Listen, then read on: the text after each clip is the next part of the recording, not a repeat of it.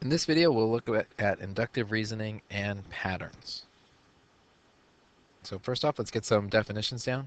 Inductive reasoning is making conclusions based on patterns you observe.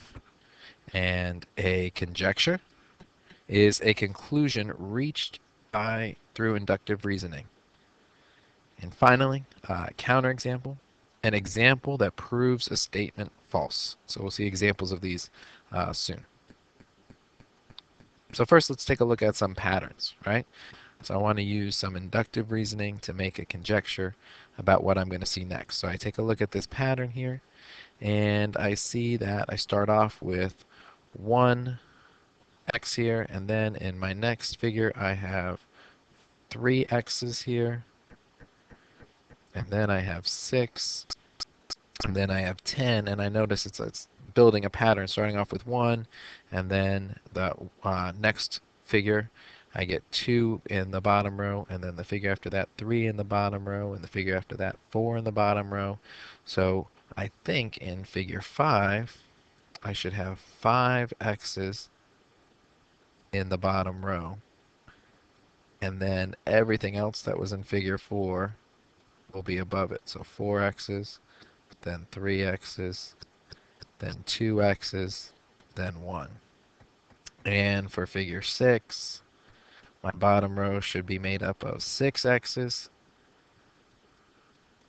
and then everything from the previous figure, so 5 x's, and then 4 x's, and then 3 x's, 2 x's, 1 x. That's how I could use that pattern and extend that pattern using inductive reasoning. Here I want to look at number patterns. And in these number patterns, right, I want to look at that and try to extend the pattern and figure out the rule.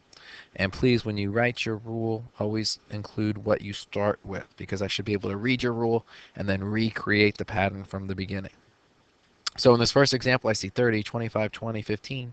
Looks like I start with 30 and subtract 5 repeatedly. So if I'm at 15, I'm going to keep subtracting 5 for my next 3 numbers. I get 10, and then 5, and then 0. Those are my next 3 numbers.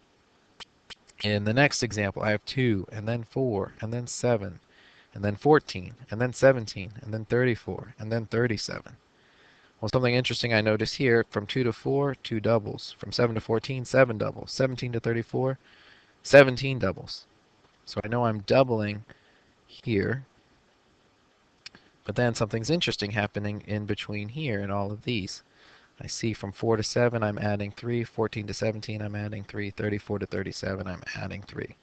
So my pattern is going to be, or my rule is going to be, start with 2, double, and add 3 repeatedly. Okay, so then I want to double next. I want to double 37, and I get 74. When I double 37, I'm going to get 74. And then after that, I'm going to add 3 to 74. So that is going to give me 77. Then I want to double 77, and that gives me 154. Okay, why don't you try these next 2 examples on your own, see if you could find the pattern and write the rule, and then hit pause for a second while you do this, and I will go over the answers with you as soon as you're done.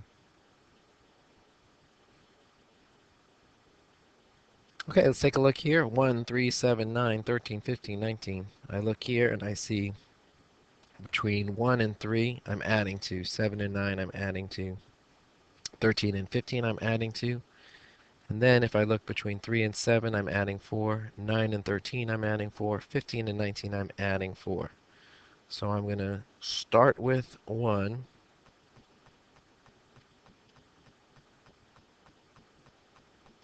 And then I am going to add 2, then add 4 repeatedly. So from 15 to 19, I just added 4, so then I want to add 2, and I get 21.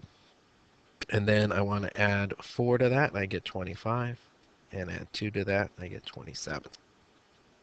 On this next example, I have 1, -2, 4, -8, 16. And I look at this, I first notice I'm going from positive to negative, positive, negative. But then if I looked at the absolute values of those numbers, they're doubling. So it looks like what I'm doing here is I'm starting with 1 and I'm multiplying by a -2. So 16 times -2 is -32. -32 times -2 is positive 64. And positive 64 times -2 is -128. All right, here we want to look at conjectures. Okay, so, and I want to see if this conjecture is correct or incorrect. If it's not correct, I want to put a counterexample. So here's a conjecture. Every four-sided figure is a rectangle. As every four-sided figure, you see a rectangle. That's incorrect. I could draw a figure that has 4 sides, and this is not a rectangle, right? That has 4 sides. It's not a rectangle. Next, the absolute value of any integer is positive. The absolute value of any integer is positive. Well, seems correct. I think about, the absolute value of -2. That's a positive 2. I think about the absolute value of 4. That's a positive 4. But if I think about the absolute value of 0, that's 0. And 0 is neither positive nor negative, so this is incorrect. And my counterexample is right here. Okay, why don't you try the next 3 of these here? State whether they're incorrect or correct. If they are incorrect, you must provide a counterexample. Go ahead, hit pause and try them. Okay, letter C. The last digit in the product of 5 and a whole number is 0 or 5. That is correct. You cannot think of any number that you multiply by 5 that's a whole number that does not end in 0 or 5. Letter D. A number and its absolute value are always opposites. A number and its absolute value are always opposites. Well, I can look at the absolute value of 13. That's equal to 13. So are 13 and 13 opposites? No, that's incorrect. And then last, letter E here.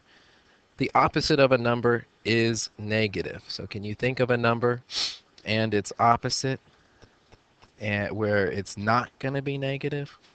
Certainly. So if I think of the number -6, the opposite of -6 is a positive 6, or the opposite of 0 is 0. Neither of these opposites are negative, so this is incorrect.